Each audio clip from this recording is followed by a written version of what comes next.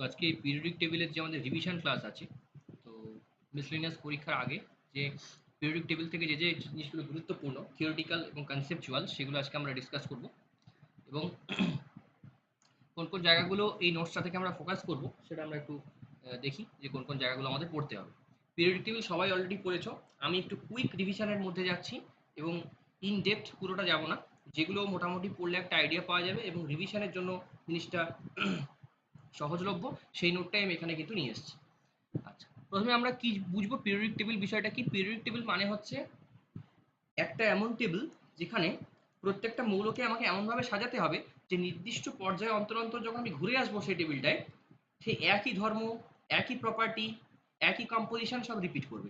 এইটাকে আমরা বলি হচ্ছে পিরিয়ডিক টেবিল। কিন্তু এই যে আমরা বলি hydrogen, helium, lithium, beryllium, boron, carbon, এই যে আমরা সাজিয়েছি, এই সাজানোর তো একটা ভিত্তি আছে। এই ভিত্তি ডিপেন্ড করে আছে, এই ভিত্তির উপর ডিপেন্ড করে আমাদের পিরিয়ডিক টেবিলটা তৈরি হয়েছে।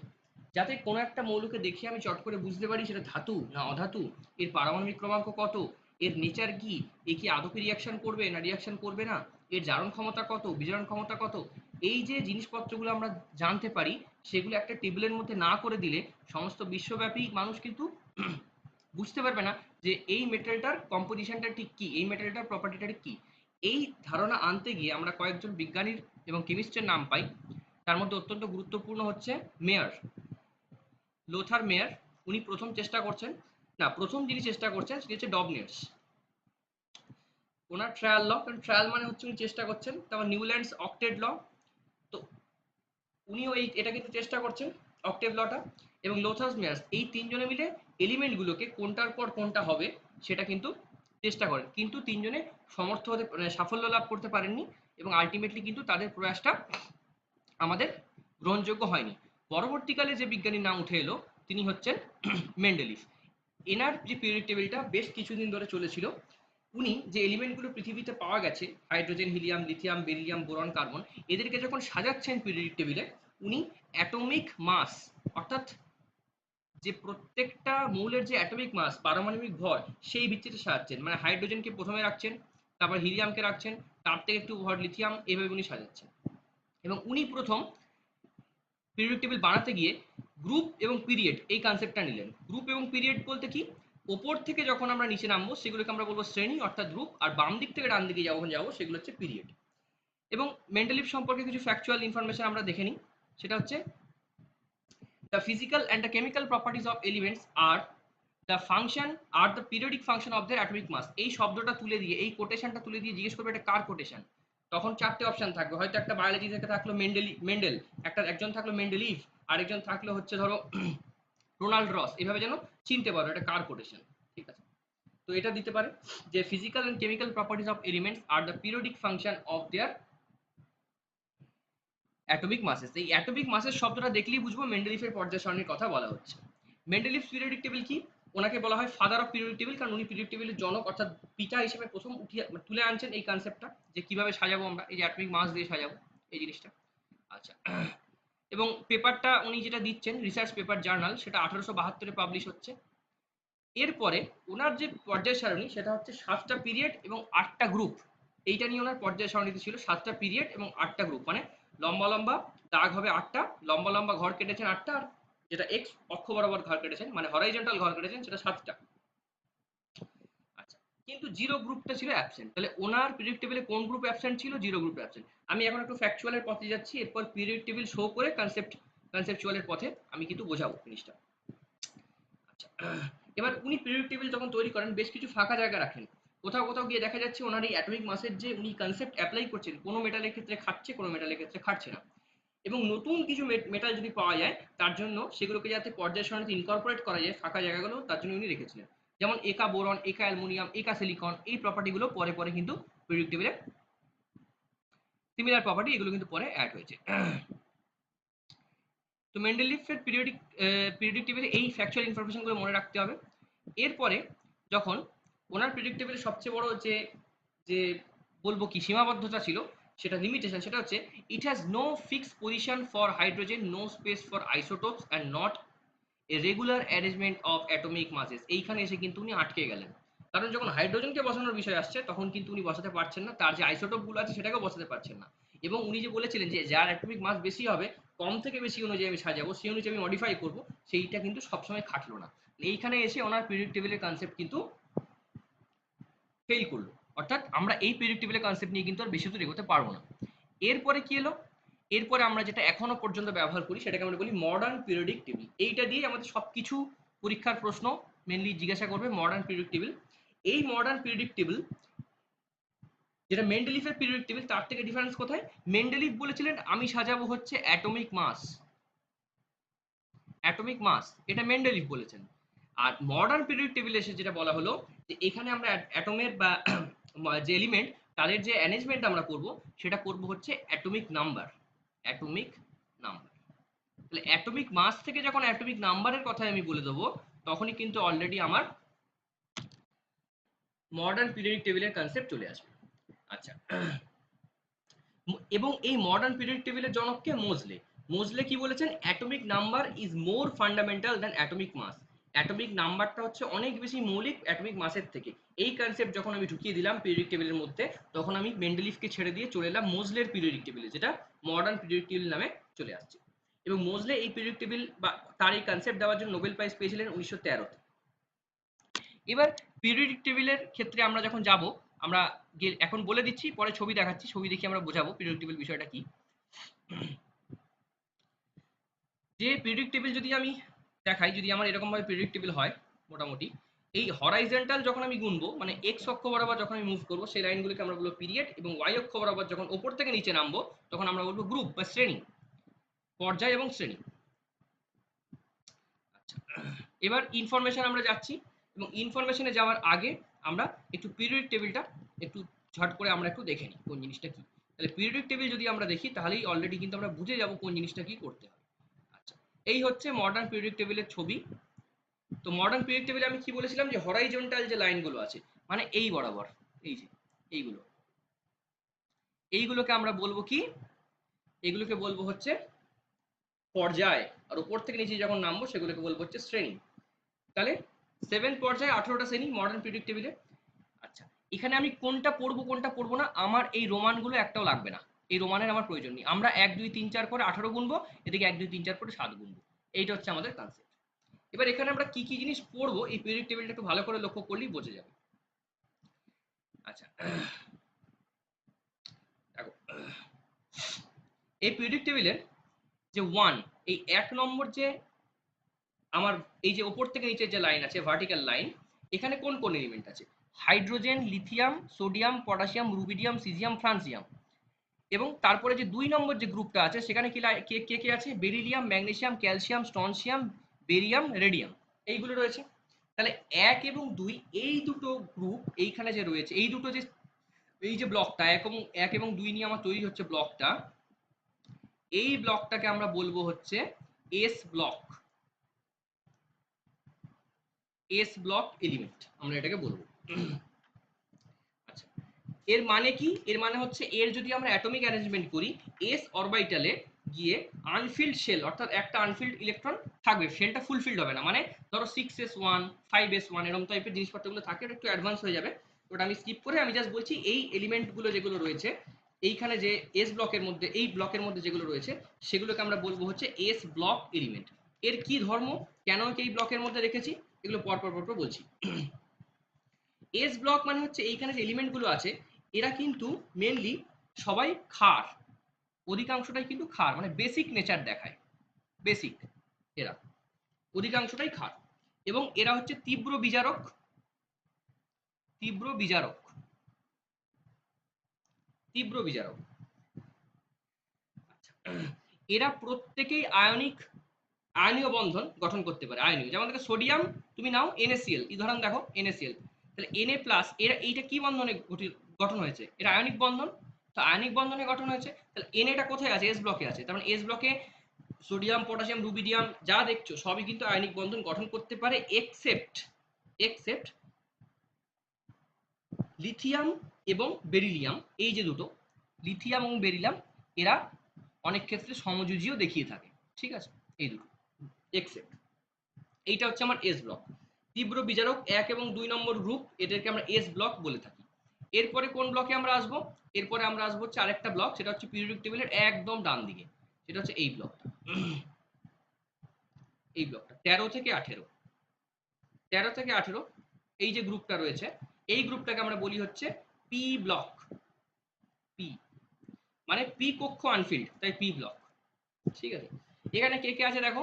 গ্রুপ 13 তে boron, aluminium, gallium, indium, tellurium, এরকম করে carbon, silicon, germanium, tin, lead, nitrogen, phosphorus, arsenic, bismuth, arsenic, bismuth, arsenic, antimony, bismuth, oxygen, sulphur, selenium, tellurium, polonium, এরকম করে করে আছে। গ্রুপ 17 হচ্ছে fluorine, chlorine, bromine, iodine, astatine. আর group 18 তে আছে হচ্ছে, এখানে গ্রুপ 18 এতটা হবে, এখান থেকে এতটা নিতে হবে। সেখানে আছে হিলিয়াম, নিয়ন, আর্গন, ক্রিপ্টন, জেনন, রেডন। তাহলে কত থেকে কত? এইটা পুরোটা, এই পুরো যে ব্লকটা, এই পুরো ব্লকটা হচ্ছে পি ব্লক। এর জিনিসটা কি? এস ব্লকে কি দেখায়? ক্ষার ধর্ম দেখায়। আর পি ব্লকে কি দেখায়? পি ব্লকে কিন্তু এরা মেনলি, এখানে যদি আমার বেসিক হয় তাহলে এদিকটা হয়ে যাবে হচ্ছে অ্যাসিডিক, এগুলো কিন্তু অ্যাসিডিক। কি করে দেখো, তুমি কার্বনকে নাও, কার্বনকে নাও, কার্বনে কি হয়? কার্বনে দেখো H2CO3, নাইট্রোজেনে HNO3, তুমি সালফার দেখো H2SO4, প্রত্যেকটাই কিন্তু যা হয় এখানে প্রত্যেকটাই কিন্তু অ্যাসিডিক। দেখো HCl hydrochloric acid, HF hydrochloric acid, সব কিন্তু অ্যাসিড। তাহলে পি ব্লক মানেই হচ্ছে অ্যাসিড, আর এস ব্লক মানেই হচ্ছে ক্ষার। এটা বোঝা গেল। তাহলে এরা কি বন্ধনী গঠন করে? এটা হচ্ছে আয়নীয়, আয়নিক বন্ড। এরা যেটা গঠন করে সেটা হচ্ছে কোভালেন্ট বন্ড বা সমযোজী বন্ধন। এই যে অ্যাস্টেনটেটিন আমি বললাম, এইটা হচ্ছে নিউক্লিয় বিক্রিয়ার সাহায্যে তৈরি হয়, এবং এটা হচ্ছে ম্যানমেড হ্যালোজেন। ম্যানমেড হ্যালোজেন, ঠিক আছে, ম্যানমেড হ্যালোজেন। এই হচ্ছে আমার পি ব্লক। তাহলে পি ব্লক সম্পর্কে এটুকু জানলেই আমার চলে যাবে। তাহলে পি ব্লকের নাম্বার কত? গ্রুপ 13 থেকে গ্রুপ 18। আর এস ব্লক হচ্ছে গ্রুপ 1 থেকে গ্রুপ 2, এটা হচ্ছে এস ব্লক। এই ব্লকটাকে এঁকে নেবে নিজের পিরিয়ডিক টেবিলে, বইয়ে, খাতায়, যেখানে পিরিয়ডিক টেবিল থাকুক, এই ব্লক পরিষ্কার করে এঁকে নেবে যে এই ব্লকটা হচ্ছে এস ব্লক, এই ব্লকটা হচ্ছে পি ব্লক। এরপরে যে যে কথাগুলো এস ব্লকে তুমি বলবে, ঠিক উল্টো উল্টো কথা তোমাকে পি ব্লকে বলতে হবে। ঠিক আছে, এই হচ্ছে কনসেপ্ট। এরপরে আমরা যে ব্লকটা পড়ে আছে সেটাকে আমরা বলি হচ্ছে ডি ব্লক। ডি ব্লক কোথা থেকে কোথায়? দেখো, ডি ব্লক, ডি ব্লক হচ্ছে এইখান থেকে শুরু হবে, 2 এর গা থেকে, মানে এইখান থেকে 3 থেকে শুরু হবে, 3 নাম্বার থেকে শুরু হবে, এইখান থেকে শুরু হয়ে আপ টু যাবে হচ্ছে এই অবধি, এই অবধি। এর মধ্যে একটা এক্সেপশন আছে, সেটা আমি বলছি। এইখানে যে এলিমেন্ট গুলো আছে এগুলোকে আমরা বলি ডি, ডি ব্লক। 3 থেকে 12, কারণ 13 থেকে 18 পি ব্লক, এটা তাহলে কি ডি ব্লক। এই ব্লকের নাম হচ্ছে, এই ব্লকের নাম হচ্ছে ট্রানজিশন মেটাল। এই গ্রুপটার নাম হচ্ছে ট্রানজিশন মেটাল গ্রুপ বা সন্ধিগত মৌলের গ্রুপ। এখানে একটা মজা আছে, যে যে এলিমেন্টগুলোকে তুমি চোখে দেখতে পাও কালার আছে, যেমন লোহার কালার আছে, কপারের কালার আছে, কোবাল্টের আছে, সোনার আছে, প্ল্যাটিনামের আছে। যখন কালারফুল মেটাল এবং নন মেটাল তুমি চোখে দেখতে পাও, সেই যে কালার এই যে আসছে, সেই এলিমেন্টগুলোকে আধুনিক পর্যায় সারণীতে যে ব্লকে রাখা হচ্ছে সেটাকে আমরা বলি ডি ব্লক। এরা হচ্ছে সন্ধিগত। এরা সাধারণত জটিল যৌগ তৈরি করে, জটিল একটু কঠিন যৌগ তৈরি করে।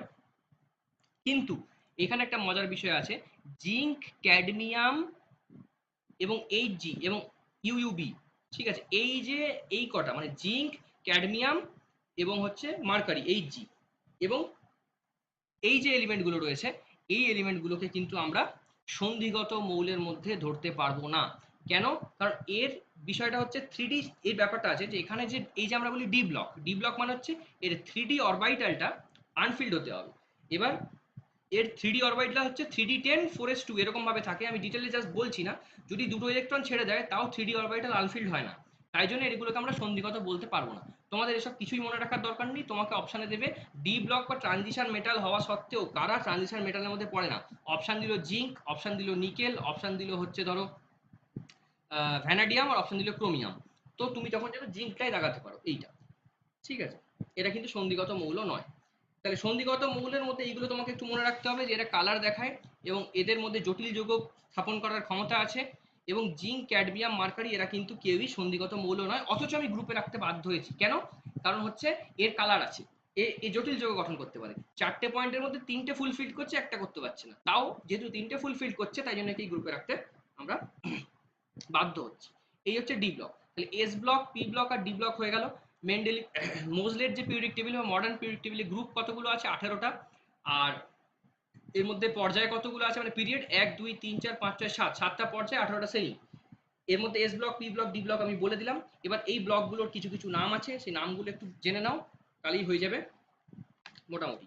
দেখো, প্রথমে যেটা আমাদের জানতে হবে, গ্রুপ এবং গ্রুপ 2 কে আমরা বললাম এস ব্লক। গ্রুপ 13 থেকে গ্রুপ 17, গ্রুপ 13 থেকে গ্রুপ 17, এই যে গ্রুপটা, ঠিক আছে, এই যে গ্রুপটা, গ্রুপ 13 থেকে 17 নিতে হবে, হ্যাঁ, 18 নয়, 13 থেকে 17, আমি বোধহয় 18 বলেছিলাম, ওটা ভুল হয়েছে, 13 থেকে 17 এইটা নিতে হবে হচ্ছে পি ব্লক নিতে হবে।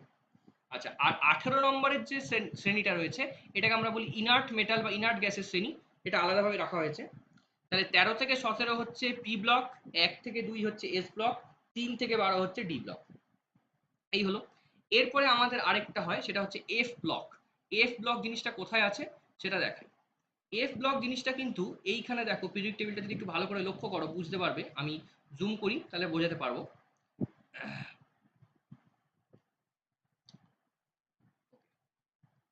দেখো, এই দেখো, এই 57 নম্বর যে এলিমেন্টটা আছে সেখানে একটা স্টার দেওয়া আছে, ঠিক আছে, এটা কিন্তু ডি ব্লকের মধ্যেই আছে, কারণ ডি ব্লক শুরু হচ্ছে এইখান থেকে, তাহলে ডি ব্লকের মধ্যেই আছে। ঠিক তার তলাতেই দেখো অ্যাক্টিনিয়াম, যেটা 89, এর এখানে কিন্তু দুটো স্টার দেওয়া আছে, এখানে একটা স্টার, এখানে দুটো স্টার। এই যে স্টার দেওয়া হচ্ছে এই ডি ব্লকের মধ্যে, এদের অবস্থানটা ঠিক কোথায়, এদেরকে আমরা পিরিয়ডিক টেবিলের ঠিক তলায় নামিয়ে এনেছি, সেটা হচ্ছে এইখানে। একটু এবার ছোট করি, ছোট করলে বুঝতে পারবে। দেখো, আমি এই পজিশনটায় আসছি, এটা সম্ভবত ল্যান্সিয়াম বা ল্যারেন্সিয়াম বলে ওটা, ঠিক আছে।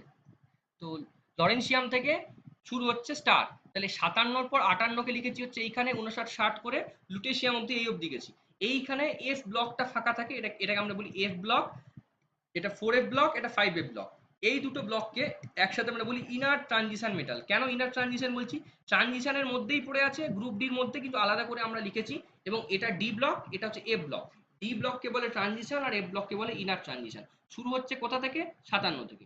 আর এবার এই গ্রুপগুলোকে এই ডি ব্লকের মধ্যেই তো রাখতে পারতাম, আলাদা কেন রাখলাম, রাখার কারণ আছে। এইগুলোর ক্ষেত্রে অধিকাংশ যত তুমি এগোতে থাকবে, এর অ্যাটমিক মাস, অ্যাটমিক নাম্বার দুটোই বাড়ছে, এবং ডি ব্লকের যে ক্যারেক্টার, সেই ক্যারেক্টার একটু কমে এসছে, কিন্তু এদের অন্য ক্যারেক্টার, সেই ক্যারেক্টার কিন্তু বৃদ্ধি পেয়েছে। তাই জন্য আমরা কমপ্লিটলি ডি ব্লকে রাখতে পারলাম না এবং ওকে এফ ব্লকে নিয়ে এলাম।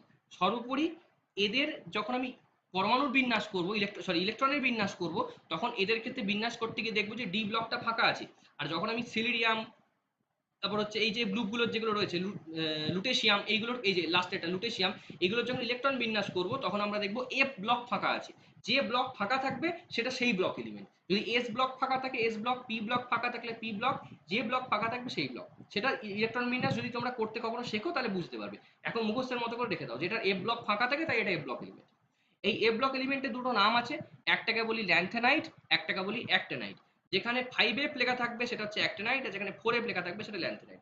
একজনকে বলা হয়েছে বিরল মৃত্তিকা মৌল, বিরল মৃত্তিকা মৌল বলা হয় ল্যান্থেনাইট শ্রেণীকে। এবং ইংরেজিতে এই দুটোকে একসঙ্গে বলা হয় ইনার ট্রানজিশন এলিমেন্ট গ্রুপ। সেটা কোনটা, এফ ব্লক। এফ ব্লকে দুটো ভাগ, আমি একবার ভেঙে বলছি, এফ ব্লকে দুটো ভাগ। এটা কি, এটা হচ্ছে ইনার ট্রানজিশন এলিমেন্ট গ্রুপ, একটা হচ্ছে অ্যাক্টেনাইট সিরিজ, একটা ল্যান্থেনাইট সিরিজ। ল্যান্থেনাইট মানে হচ্ছে 4F, অ্যাক্টেনাইট মানে হচ্ছে 5F। এটা ল্যান্থেনাইট, এটা অ্যাক্টেনাইট। তো এখান থেকে দেখো 57 থেকে ল্যান্থেনাইট শুরু হচ্ছে, আর এখান থেকে অ্যাক্টেনাইট শুরু হচ্ছে। 57 থেকে যখনই আমি স্টার্ট করবো, আমাকে মনে রাখতে হবে ডি ব্লকের মধ্যে আমি লিখেছি, লেখার পর আমি কিন্তু এটাকে আলাদা করে তলাতে লিখতে বাধ্য হয়েছি, কারণ এর এফ ব্লকে এফ যে অরবাইটাল, সেখানে কোনো ইলেকট্রন নেই, তাই জন্য আমরা এফ ব্লক এই মধ্যে রাখতে বাধ্য হয়েছি। এটা কিন্তু আলাদা, এর সঙ্গে কিন্তু যোগ নেই ডি ব্লকের সঙ্গে। কিন্তু দেখো, আমি যদি এইখানটায় যদি ঢুকিয়ে দিতাম পুরো জিনিসটাকে, তাহলে পিরিয়ডিক টেবিলটা আকার অনেক বড় হয়ে যেত, একটা পেজে ধরতো না, দেখতে অনেকটা বড় লাগতো। তাই জন্য ভেঙে আমরা তলায় কিন্তু এইখানে স্টার্ট দিয়ে ভেঙে কিন্তু তলায় আমরা লিখে দিয়েছি। এইটাকে আমরা বলি হচ্ছে ল্যান্থেনাইট এবং অ্যাক্টিনাইট শ্রেণী, এবং এটাকে বলি হচ্ছে এফ ব্লক এলিমেন্ট। এই হচ্ছে পিরিয়ডিক টেবিলের ব্লক সম্পর্কিত ধারণা। এবার কিছু ফ্যাকচুয়াল ইনফরমেশন মনে রাখতে হবে, সেগুলো বলি। কোন গ্রুপকে কি বলে, প্রথমে দেখো, গ্রুপ 1 কে বলে হচ্ছে অ্যালকালি, এটাকে বলে হচ্ছে অ্যালকালি। গ্রুপ 2 কে বলে হচ্ছে অ্যালকালি আর্থ মেটাল,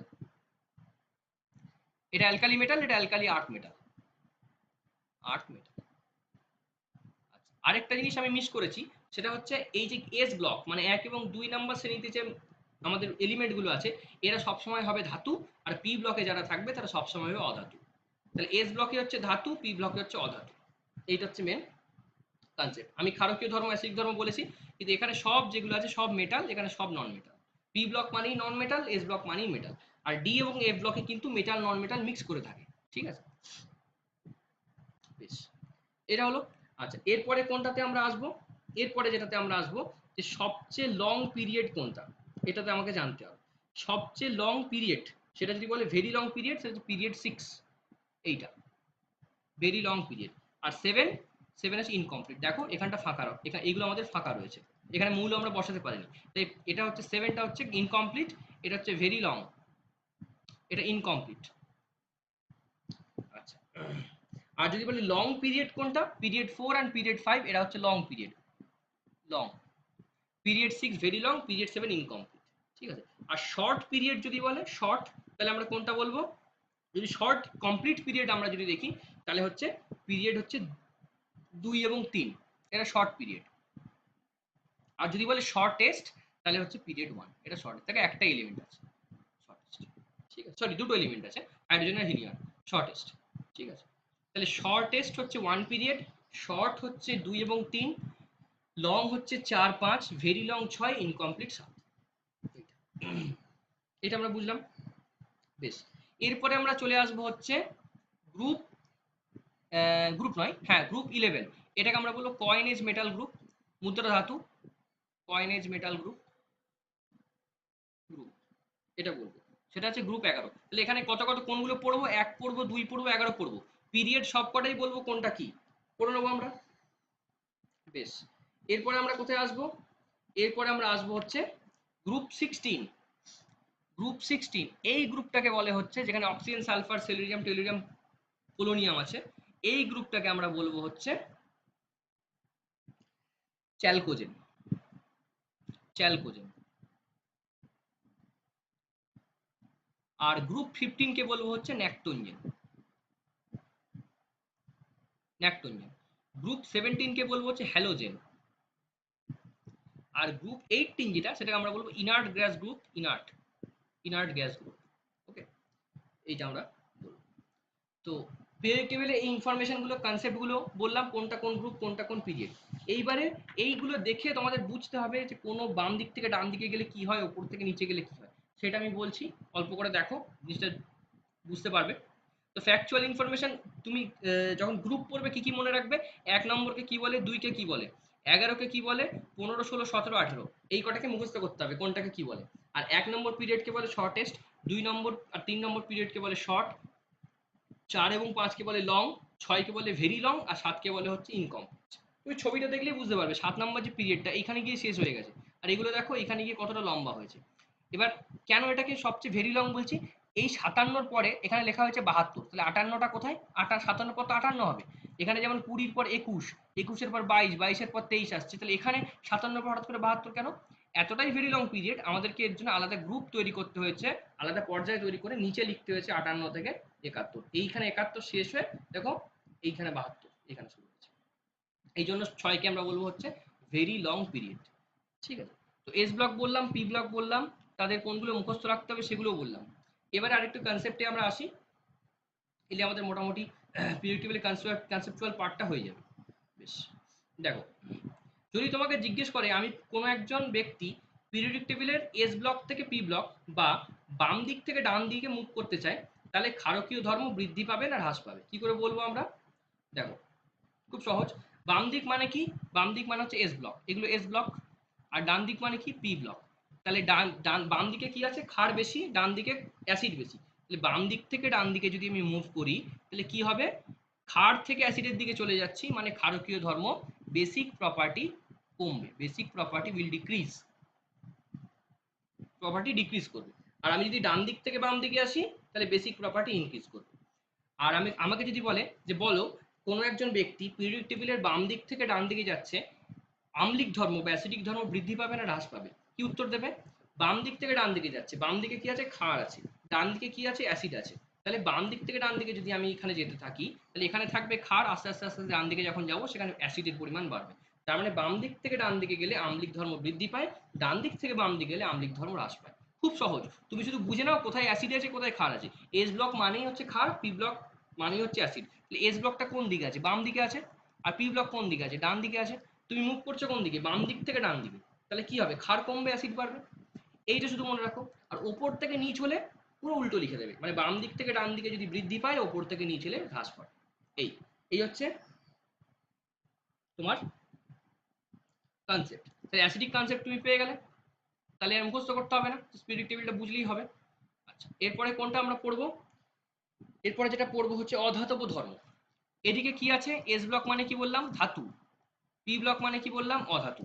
তাহলে এস ব্লক থেকে পি ব্লক বা বাম দিক থেকে ডান দিকে যদি আমি মুভ করি, তাহলে ধাতব ধর্ম বাড়বে না কমবে? কমবে, কারণ বাঁ দিকে রয়েছে ধাতু, ডান দিকে রয়েছে অধাতু। তাহলে আমি বাঁ দিক থেকে ডান দিকে চলে যাচ্ছি, তাহলে আমি দেখবো যে অধাতু দেখতে পাচ্ছি। অধাতব ধর্ম বাড়বে, ধাতব ধর্ম কমবে বাম দিক থেকে ডান দিকে গেলে। তাহলে ওপর থেকে নিচে হলে কি হবে? উল্টো লিখে দেবো। ওপর থেকে নিচে মানে হচ্ছে ধাতব ধর্ম, ওপর থেকে নিচে ধাতব ধর্ম কি হবে? বৃদ্ধি পাবে, কারণ বাম দিক থেকে ডান দিকে গেলে ধাতব ধর্ম হ্রাস পাচ্ছে, তাহলে ওপর থেকে নিচে গেলে ধাতব ধর্ম বৃদ্ধি পাবে। এইটা হচ্ছে ধাতব ধর্ম। তাহলে অম্ল আম্লিক ধর্ম, বেসিসিটি, ধাতব ধর্ম, অধাতব ধর্ম, চারটে হয়ে গেল পিরিয়ডিক টেবিলে। বেশ, এরপরে যে জিনিসগুলো সেটা হচ্ছে তড়িৎ ঋণাত্মকতা এবং ইলেকট্রন আসক্তি এবং আয়নন বিভব, তিনটে। প্রথমে তড়িৎ ঋণাত্মকতা দেখো, এটা দিতে পারে। মোস্ট তড়িৎ ঋণাত্মক, মোস্ট ইলেকট্রোনেগেটিভ এলিমেন্ট যদি বলে, সেটা হচ্ছে এই গ্রুপের মধ্যে আছে, সেটা হচ্ছে গ্রুপ 17 ফ্লুরিন। কোন দিকে আছে? ডান দিকে আছে। তাহলে বাঁ দিকে কি আছে? মোস্ট লিস্ট, মানে লিস্ট ইলেকট্রোম্যাগনেট গুলো এখানে থাকবে। তাহলে বাম দিক থেকে ডান দিকে গেলে কি হবে? তড়িৎ ঋণাত্মকতা বৃদ্ধি পাবে, কারণ এই দিকে যদি বেশি থাকে তড়িৎ ঋণাত্মক, এই দিকে যদি কম থাকে, তাহলে বাম দিক থেকে ডান দিকে গেলে কি হবে? বৃদ্ধি পাবে। মিটে গেল। তাহলে উপর থেকে নিচে নামলে হ্রাস। আয়নন বিভব কার বেশি? বাম দিক থেকে ডান দিকে গেলে সেম আয়নন বিভব বাড়বে, এবং ইলেকট্রন যেটা আসক্তি সেটাও বৃদ্ধি পাবে। তাহলে ইলেকট্রন আসক্তি, তড়িৎ ঋণাত্মকতা এবং আয়নন বিভব তিনটেই বাম দিক থেকে ডান দিকে বাড়বে। ওপর থেকে নিচে মুখস্থ করতে হবে না, ওটা উল্টোগুলো লিখে দেবে যে কমবে। এই কটা মোটামুটি মনে রাখবে, তাহলে পিরিয়ডিক টেবিলে আর কিছু কিছু কিন্তু করতে হবে না। আমি যেভাবে এরকম ভাবে ব্লক দেখিয়ে দেখিয়ে করলাম, নিজে পিরিয়ডিক টেবিল খুলে পেন্সিল দিয়ে করবে, মুখস্থ হয়ে যাবে। শুধু দেখবে কোথায় ইলেকট্রোনেগেটিভ মেটাল আছে, সেটা হচ্ছে এইখানে। তাহলে আমাকে যদি বলে যে একজন ব্যক্তি ডান দিক থেকে বাম দিকে যাচ্ছে, ইলেকট্রোনেগেটিভিটি কমবে না বাড়বে, মানে ইলেকট্রন আসক্তি কমবে না বাড়বে, তুমি কি উত্তর দেবে? এখানে মোস্ট ইলেকট্রোনেগেটিভ গুলো রয়েছে, তাহলে এদিকে লিস্ট থাকবে, পিরিয়ডিক টেবিল সাজানোই হচ্ছে সেভাবে, তাহলে এদিক থেকে এদিকে গেলে কমবে। আমি যদি এদিক থেকে এদিকে আসি, বাড়বে। আর ক্ষারকীয় অম্ল বুঝিয়ে দিলাম। এস ব্লক পি ব্লক গুলো ভালো করে পড়বে, তাহলেই বুঝে যাবে বাম দিক থেকে ডান দিক বাড়বে না কমবে। এবার কিছু ফ্যাকচুয়াল ইনফরমেশন আছে আমাদের পিরিয়ডিক টেবিলে, সেটা একটু আমরা দেখে নিই, তাহলে আমাদের পিরিয়ডিক টেবিলটা কিন্তু কমপ্লিট হয়ে যাবে। এলিমেন্টস এক্সিস্টিং ইন নেচার, যেগুলো আমরা পৃথিবীতে পাচ্ছি, সেটা হচ্ছে 94টা। আর আর্টিফিশিয়ালি কতগুলো তৈরি করেছি? 24টা। মেটাল কতগুলো আছে? 90টা। The elements found most abundantly on earth surface আর the metallic element to be found most abundantly on earth surface. দুটো ইংরেজি সেম, শুধু এখানে এলিমেন্ট বলা আছে, এখানে মেটালিক এলিমেন্ট বলা আছে। যদি এলিমেন্ট দেখো অক্সিজেন লাগাবে, আর যদি মেটালিক এলিমেন্ট দেখো অ্যালুমিনিয়াম লাগিয়ে দেবে। Okay, next, the lightest element. Lightest element যদি বলে, সেটা কি? সবথেকে যদি আমি হালকা বলি, সেটা কোনটা? Hydrogen. Heaviest? Osmium. The lightest non metallic element, হালকা অধাতু হাইড্রোজেন। আচ্ছা, লিকুইড নন মেটালিক মানে তরল অধাতু, সেটা হচ্ছে ব্রোমিন। লেখা আছে, আমি আর দাগালাম না, ব্রোমিন। আচ্ছা, non metal but best conductor of electricity, অধাতু অথচ বেস্ট কন্ডাক্টর কে? গ্রাফাইট। ঠিক আছে। The metal which is the best conductor of electricity, এটা অনেকেই ভুল করে, এটা কিন্তু সিলভার হবে, গোল্ড বা কপার নিও না। সব থেকে ভালো তড়িৎ পরিবহনে সক্ষম ধাতু কে? সেটা হচ্ছে রূপা। সবচেয়ে বেশি মোস্ট মেলিয়েবল, হাতে করে টেনে লম্বা করে দেওয়া যায়, সেটা কে? সেটা হচ্ছে গোল্ড, সিলভার, গোল্ড। ঠিক আছে, এখানে ফ্যাকচুয়াল ইনফরমেশন গুলো এক জায়গায় করে দিয়েছি, সেগুলো একটু চোখ বুলিয়ে নেবে। The most reactive non metallic element, most reactive electronegativity high, fluorine. The most reactive metallic যদি বলে, সেটা হচ্ছে caesium. The element having maximum ionisation, সবচেয়ে বেশি আয়নাইজেশন এনার্জি, আয়নাইজেশন পটেনশিয়াল, আইপির মান কার বেশি? সেটা হচ্ছে হিলিয়াম, হিলিয়াম। আচ্ছা, আচ্ছা, the maximum acceptable electrons, acceptable element, মানে ইলেকট্রন সবচেয়ে বেশি অ্যাকসেপ্ট করতে পারে কোন এলিমেন্ট? সেটা হচ্ছে ক্লোরিন। আচ্ছা, the most powerful oxidising substance এটা হচ্ছে ফ্লুরিন। আচ্ছা, the group of the most gaseous element সেটা হচ্ছে কোনটা, কোন গ্রুপটা, the group of the most gaseous element হচ্ছে জিরো গ্রুপ। ঠিক আছে, জিরো গ্রুপটা মোস্ট গ্যাসিয়াস, মানে যেটা ইনার্ট গ্রুপ আমরা নিই, 18 নম্বরে যেটা বলি সেটি। ঠিক আছে। আচ্ছা, নেম অফ মোনোঅ্যাটমিক সেটা হচ্ছে ইনার্ট গ্যাসগুলো। কেন? হিলিয়াম 2 এরম দেখতে পাবে না, বা আর্গন 2 এরম দেখতে পাবে না। সবসময় হিলিয়াম, আর্গন, নিয়ন এইভাবে আমরা লিখি, কারণ 2 3 লিখি না, তাই জন্য এরা ইনার্ট এবং মোনো অ্যাটমিক, একটাই অ্যাটম আছে। আমি যদি হাইড্রোজেন লিখি একটা মোনো অ্যাটম, এই একটা যদি হাইড্রোজেন লিখি মোনো অ্যাটম, এই দুটো যোগ হয়ে H2 হলো, সেটা মলিকিউল, অণু হলো, দুটো পরমাণুর যোগফল অণু। এখানে কিন্তু He2, আর্গন 2, নিয়ন 2 এরকম হয় না, তাই জন্য এরা কিন্তু মোনো অ্যাটমিক ইনার্ট এবং এরা কোনো বিক্রিয়ায় অংশগ্রহণ করে না। ঠিক আছে। The most abundantly found element oxygen. In human body oxygen, এমনি এলিমেন্ট বললে অক্সিজেন, আর মেটালিক এলিমেন্ট বললে তখন কিন্তু অ্যালুমিনিয়াম হয়ে যাবে। কোন ধাতুকে কেরোসিনে ডুবিয়ে রাখা যায়, সেটা হচ্ছে সোডিয়াম। কোন ধাতুকে চাকু দিয়ে, নাইফ দিয়ে কাটা যায়, সেটাও কিন্তু হচ্ছে সোডিয়াম। ঠিক আছে। সবচেয়ে বেশি highest ionisation helium. The element having least ionisation caesium. ঠিক আছে, সিজিয়াম কিন্তু ধাতুর মধ্যে মোস্ট রিঅ্যাক্টিভ, আবার সবচেয়ে কম আয়োনাইজেশন পোটেনশিয়াল, এটাও হবে। Metal having highest melting point tungsten. Tungsten উচ্চ গলনাঙ্ক আছে, হ্যাঁ উচ্চ গলনাঙ্ক tungsten. The element having highest electron affinity সেটা হচ্ছে ক্লোরিন। ফ্লুরিনের সবচেয়ে বেশি, ক্লোরিনের সবচেয়ে কম। অ্যাফিনিটি না, ইলেকট্রন নেগেটিভিটি যদি বলি সেটা ফ্লুরিনের সবচেয়ে বেশি। ঠিক আছে, ইলেকট্রন অ্যাফিনিটি যদি বলি হাইয়েস্ট, সেটা হচ্ছে ক্লোরিনের। তাহলে আমরা কি জানি, ফ্লুরিনের যদি আমরা বলি তাহলে ইলেকট্রন নেগেটিভিটি হাইয়েস্ট, ক্লোরিনের ইলেকট্রন নেগেটিভিটি কম, ফ্লুরিনের ইলেকট্রন অ্যাফিনিটি লো, ক্লোরিনের ইলেকট্রন অ্যাফিনিটি হাইয়েস্ট। ঠিক আছে।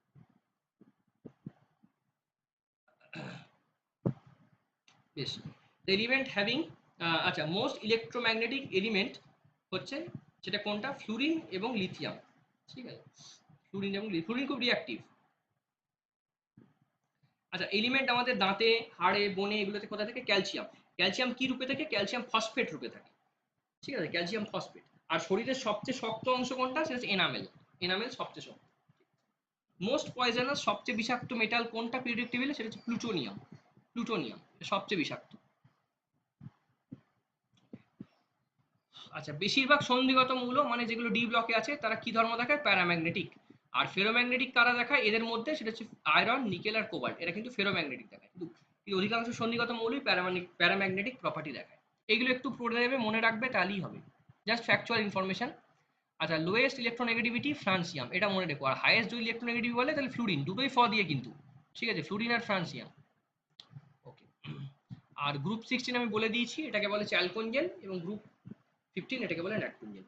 প্রথম থেকে যা অবধি পিরিয়ডিক টেবিল বললাম, এইটাকে যদি তোমরা জাস্ট একটু শুনে নাও, জাস্ট আধ ঘন্টার ক্লাস, তাহলে কিন্তু জিনিসটা পুরো ক্লিয়ার হয়ে যাবে। আমি অল্পের মধ্যে পুরো জিনিসটাই না নাটশেল বলে দিলাম, এইবারে তোমরা এটা জাস্ট পড়ে নাও, তাহলেই হয়ে যাবে।